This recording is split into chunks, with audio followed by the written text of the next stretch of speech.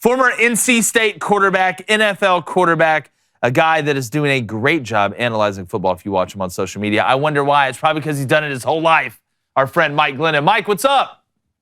How's it going, guys? I appreciate the Twitter emoji. You guys gave me a head full of hair. I don't know if they make it like a middle-aged bald guy. Look, it's a mental thing. They say 2022 is the year of self-love, so we're trying to really give it out, throw it out in the universe and see what it gives back. But I do got to say, Mike, I don't know if you remember, but we played you guys. I was coaching at South Alabama. We went up to NC State and played you guys up there, and the Wolfpack was going crazy. It was a great atmosphere, and I'll never forget, I was like, Mike may be the tallest quarterback I've ever seen until I met David Cohn, who's also 6'7". 6'7" quarterbacks are the best, right, they're buddy? in Michigan. But no, we appreciate you taking some time and joining us.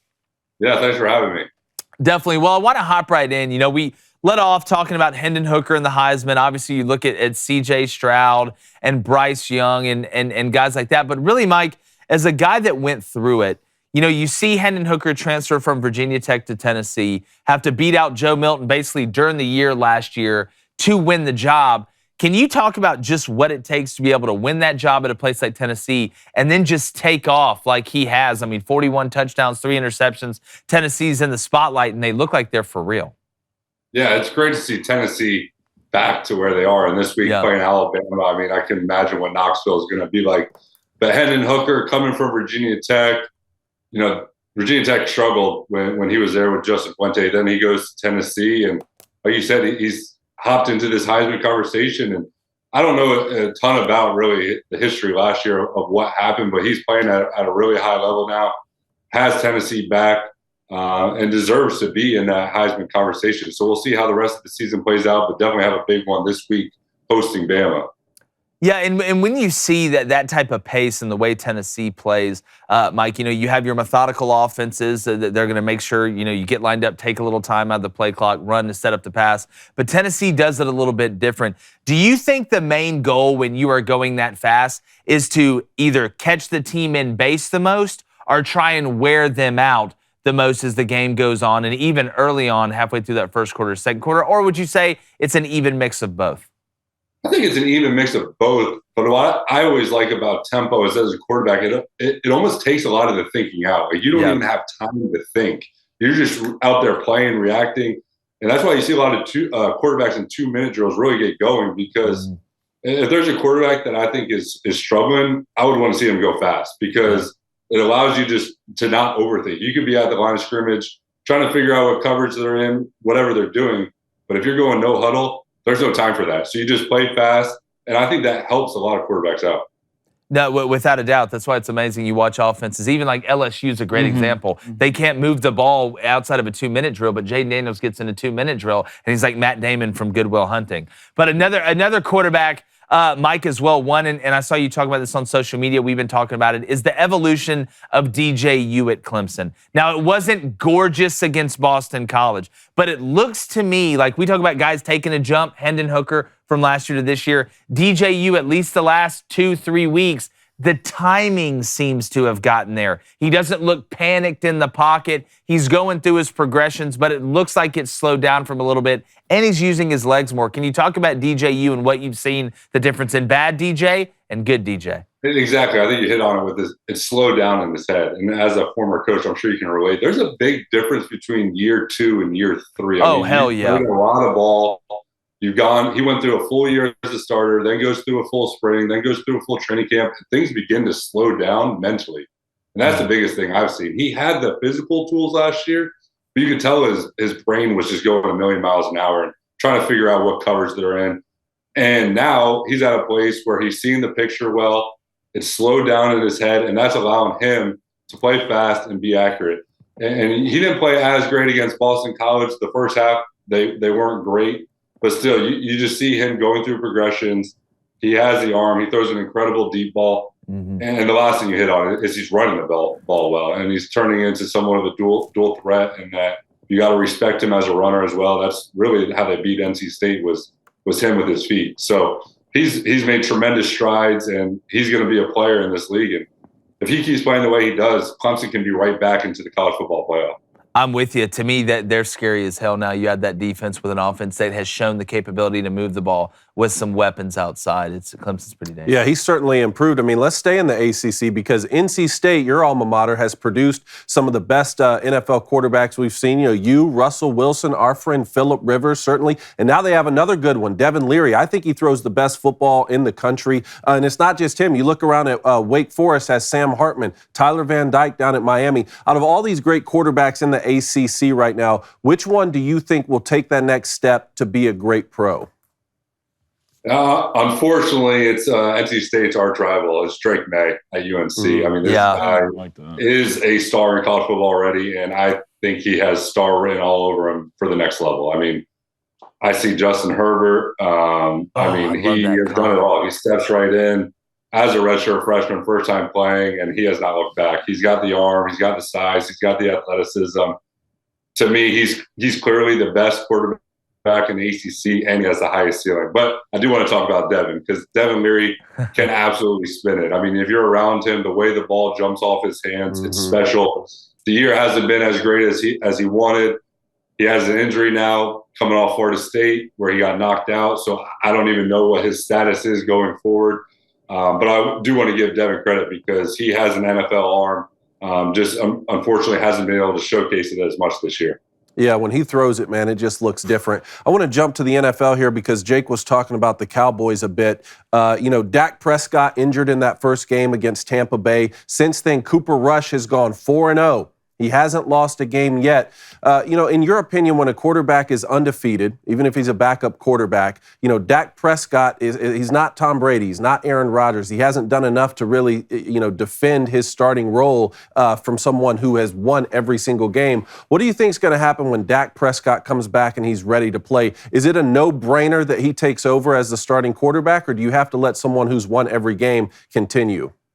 Yeah, I saw someone say, I forget who it was, I don't know if it was Richard Sherman or someone was like, they're paying Dak too much money. He's going to be the starter, and Cooper Rush has done a phenomenal job. But, in the NFL, it's a business, and when I don't know how much Cooper Rush is making, I know it's a heck of a lot less than Dak is. Dak deserves it. I mean, we're talking about a guy that is their franchise quarterback, but I'm sure the Cowboys feel very good about what Cooper Rush has done, stepping into the role undefeated as a starter. I'm sure a lot of people were a little doom and gloom when Dak went down. Is the season over? But you got to give Cooper Rush credit, and you got to give this defense credit because this defense is scary and they're playing really well. Yeah. The crazy stuff's going to come if first game Dak comes back and they lose. No, what about 3 in a row? What about 4 in a row? That's when it gets interesting. Yeah, we'll see that. I think that defense is too good. I mean, it's got that D-line is Super Bowl. Micah Parsons is straight out of Lord of the Rings. Well, and DeMarcus Lawrence. Yeah. He scored yesterday, didn't he? Yeah, I think it was second drive, Matthew Stafford fumble. Hey, we're talking about quarterbacks in the NFL. Let's stay in that room. Let's go to the Denver Broncos. All right, Russell's supposed to come in. Russell walks on water. Don't worry, he's going to fix everything. What do you think the problem is right now is Denver? Is it Russell? Is it the system? Is it they're young? Is it the offensive line? Because right now, they're one of the worst offenses in the NFL. It's hard for me to say. I don't know exactly what's going on. Clearly, it hasn't been as smooth of a transition for him, whether it's the offense, whether it's guys around him.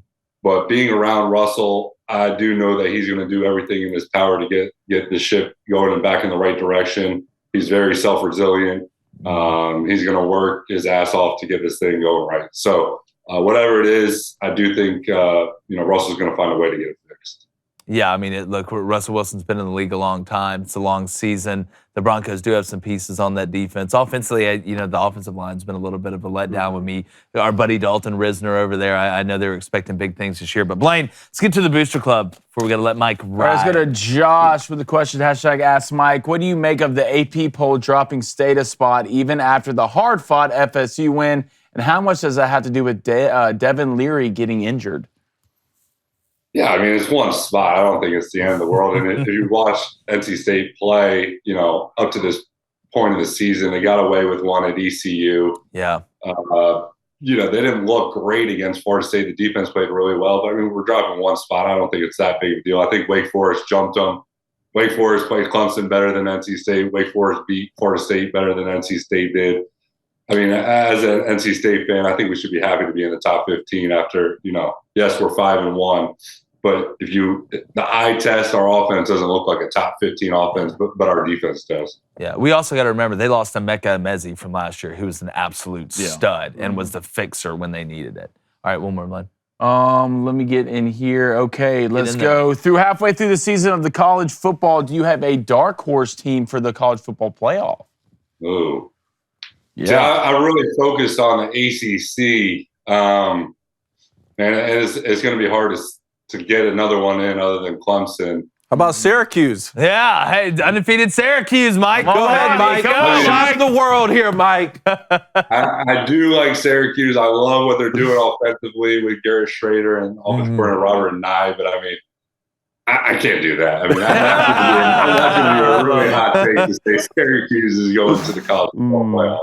I mean, outside in the ACC, I think it's Clemson or bust. I mean, I think Clemson's the only one that's got a chance to come out of the ACC. I agree. I mean, I think right now you're looking at probably Alabama, Georgia, one of Ohio State or Michigan and Clemson. I don't see anybody beating Clemson, Mike, now that they've gotten through those two games. And see, you never know. I know the ACC is a little bit deeper than I think what people give them credit for. I mean, hell, even Duke's been a problem this year, and they lose to Georgia Tech, who fired their coach, and now all of a sudden can't lose. And Pitt, too. Pitt's weird to me, Pitt lost to Georgia Tech. Pitt's weird.